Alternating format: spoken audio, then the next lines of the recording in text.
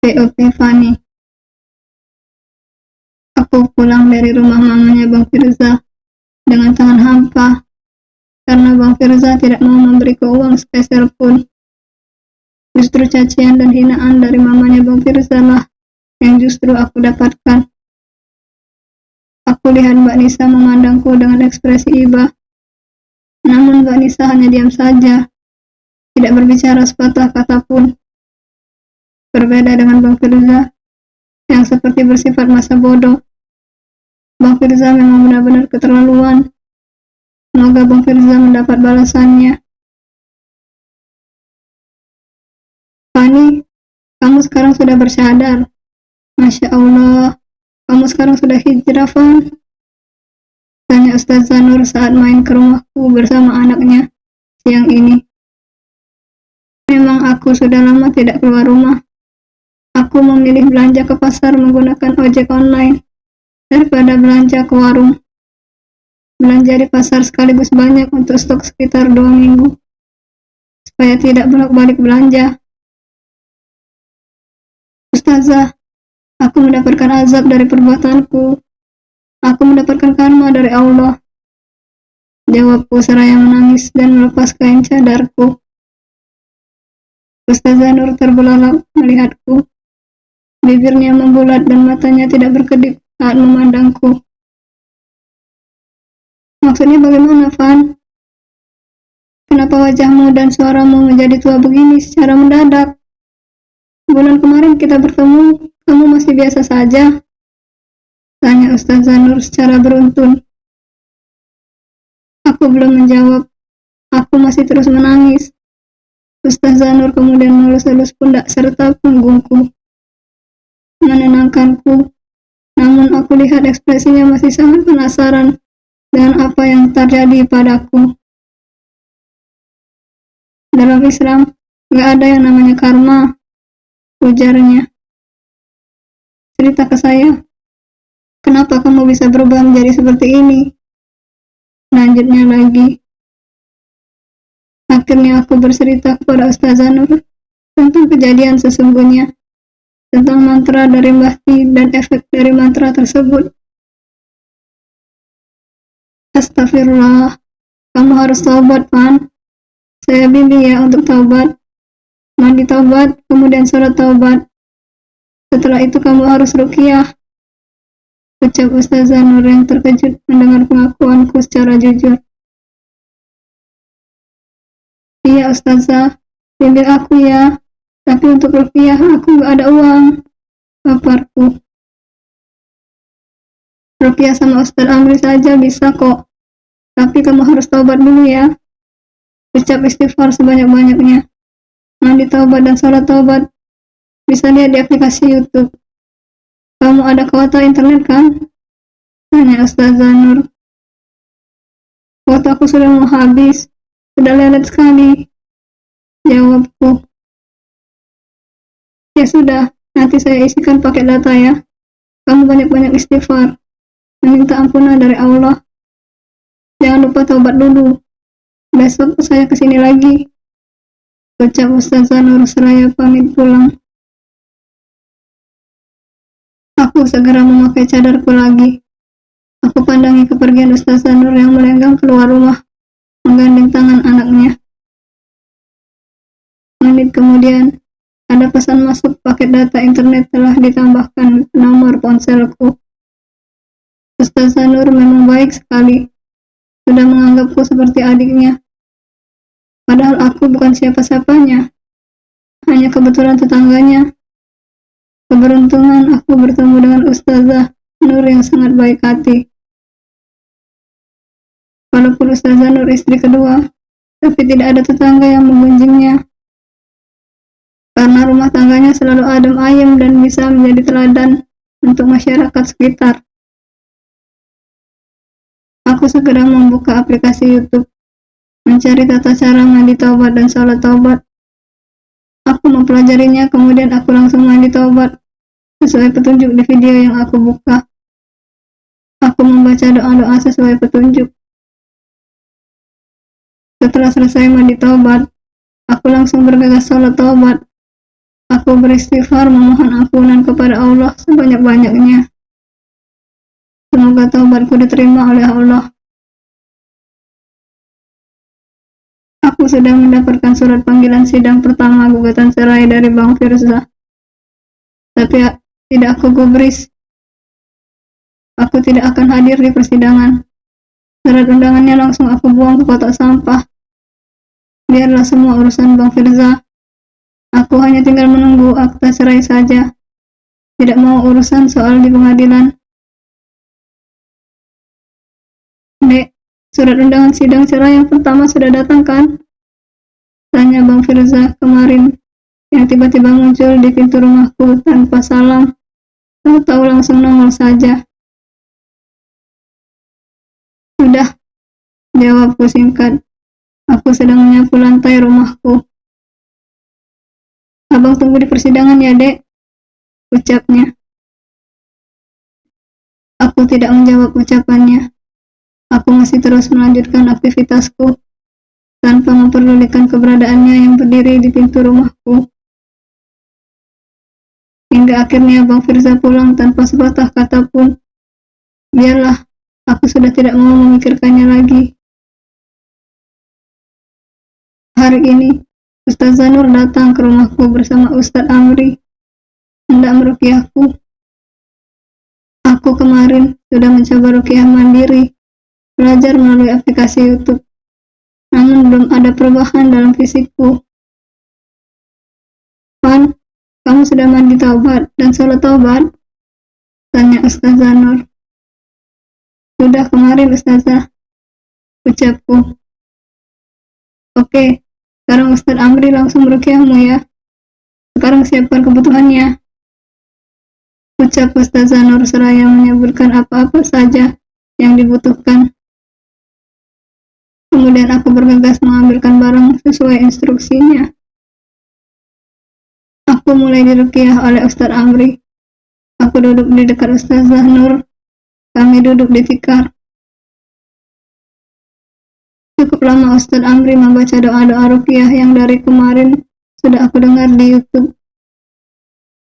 Hingga akhirnya aku merasa mual, kemudian ingin muntah. Akhirnya aku muntah cukup banyak, hingga kepalaku terasa berat. Setelah selesai, kepalaku masih lumayan berat. Pan, jangan diulangi lagi ya membaca mantra dari dukun, karena itu salah satu dosa besar. Kamu bukan dapat karma, tapi mungkin teguran dari Allah. Bersyukur masih diberi kesempatan untuk bertobat. Pokoknya, pesan saya, jangan sampai diulangi lagi hal kayak gini, ucap Ustaz Amri. Iya Ustaz, terima kasih, jawabku yang masih sedikit lemas karena muntah tadi.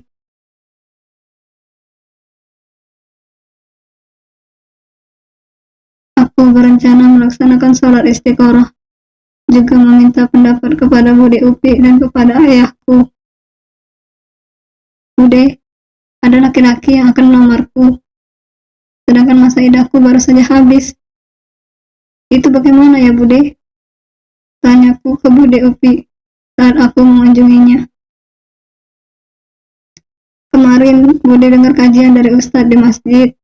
Katanya kalau ada laki-laki yang baik dan soleh melamar seorang janda yang sudah habis masa idahnya, baiknya diterima. Kecuali jika laki-laki itu tidak soleh dan tidak baik. Enggak apa-apa jika ditolak, jawab Bude Upi.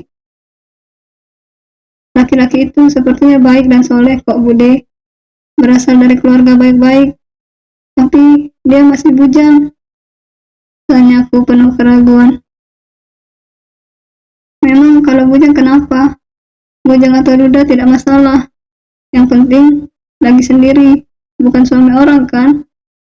Ucap Bude Upi.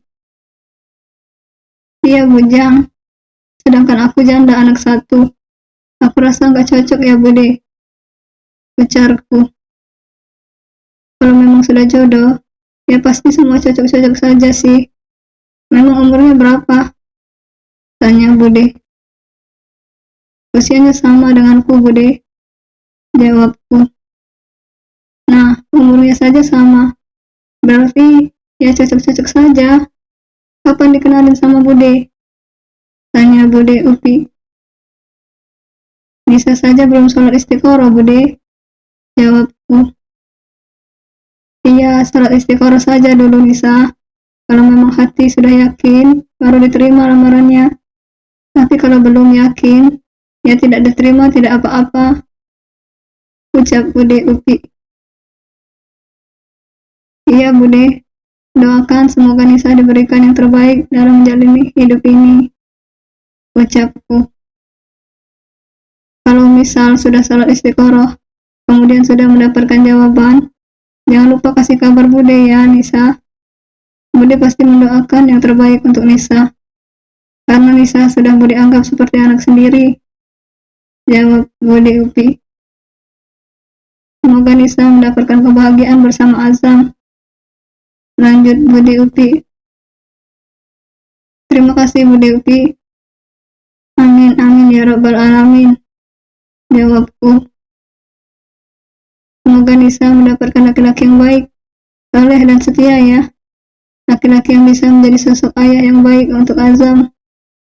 Kalaupun Nisa misal tidak jadi menikah, ya Bude doakan semoga Nisa menjadi orang tua tunggal yang kuat, tangguh dan mandiri, serta selalu diberikan kebahagiaan. Menjadi ibu yang membanggakan untuk Azam. Ucap Bude Upi. Terima kasih banyak Bude atas doanya. Semoga doa yang baik-baik selalu dikabulkan oleh Allah. Amin. Jawabku. Ngomong-ngomong, gimana kabar Firza? Mantan suamimu itu, Nis? Tanya Bude Upi. Bang Firza selalu mengajakku untuk rujuk, tapi aku selalu menolak, karena aku sudah tidak ingin kembali bersama Bang Firza lagi. Jawabku. Terus, istri keduanya bagaimana kabarnya? Tanya Bude Upi. Fani sudah ditinggalkan oleh Bang Firza, karena wajahnya bisa berubah sangat tua seperti nenek-nenek, secara mendadak. Jawabku. Kok bisa berubah menjadi nenek-nenek? Bagaimana ceritanya? Apa penyebabnya? Tanya Bude Upi heran. Kata Fani, penyebabnya adalah mantra yang dibacanya. Jadi efeknya kembali ke diri sendiri. Begitu sih kata Fani. Paparku. Oh, itu mantra sejenis sihir ilmu hitam. Biasanya memang ada yang efeknya bisa kembali ke diri sendiri, seperti sakit, seperti kena santet, dan ada juga yang berubah menjadi tua, padahal umurnya masih sangat muda. Jawab Bude Upi. Nah, iya, Fani umurnya masih 20 tahun, tapi sekarang terlihat seperti umur 50 tahun, atau 60 tahunan. Jawabku. Itu bisa sembuh dengan ruqyah. Ucap Bude Upi. Iya, aku sudah menyuruhnya untuk bertobat dan ruqyah. Dan kemarin, Fani meminta uang kepadaku untuk ruqyah. Ucapku. Minta uang? Kamu kasih nggak, Nis? Tanya Bude. Nggak aku kasih, Bude. Kan ruqyah bisa lewat ponsel. Lihat di aplikasi YouTube. Nggak harus ke seorang ustadz. Jawabku. Jangan dikasih kalau minta uang. Takutnya nanti jadi kebiasaan. Jawabnya. Iya, Bude. Ucapku. Aku belum minta pendapat kepada ayah soal akan ada laki-laki yang melamarku. Aku ingin menemui ayah, tapi ayah selalu sibuk. Aku takut mengganggu waktunya, Bude. Ucapku. Ya sudah, nanti biar Bude yang menyampaikan kepada ayahmu. Ayahmu hampir seminggu sekali selalu ke sini. Jawab Bude. Oh begitu. Terima kasih ya Bude. Mbak Nisa. Sebuah suara mengagetkanku. Aku baru saja turun dari mobilku di depan tokoku. Fani datang berjalan perlahan menuju ke arahku. Aku terkesima melihat wajah Fani. yang sekarang sudah kembali seperti semula, cantik dan bersih, terlihat muda seperti dahulu lagi. Mbak Nisa, aku ingin bicara, boleh? Ucapnya saat sudah berada tepat di hadapanku. Iya, boleh. Mau bicara apa? Jawabku. Mbak Nisa, aku ingin minta maaf. Ucap Fani. Pandangan mata Fani sekarang sangat teduh. Berbeda sekali dengan dahulu. Minta maaf soal apa? Tanyaku ke Fani.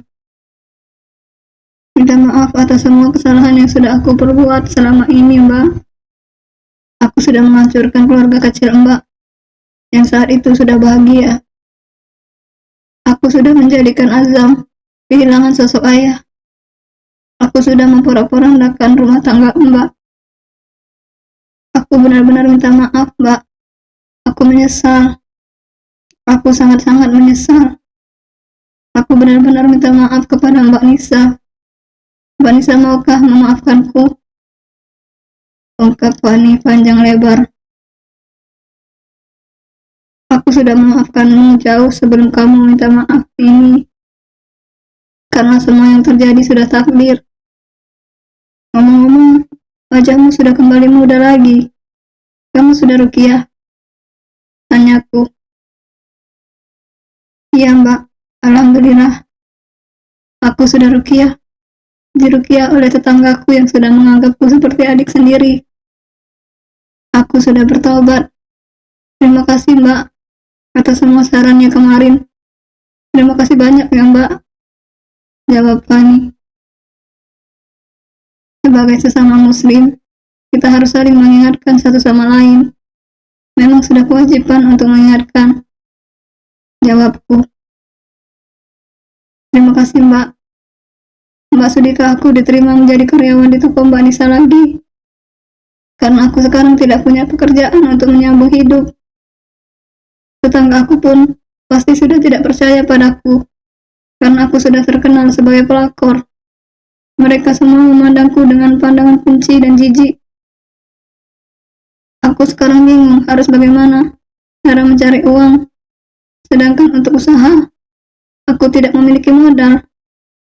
Aku mau melamar pekerjaan, tapi aku hanya lulus sekolah dasar.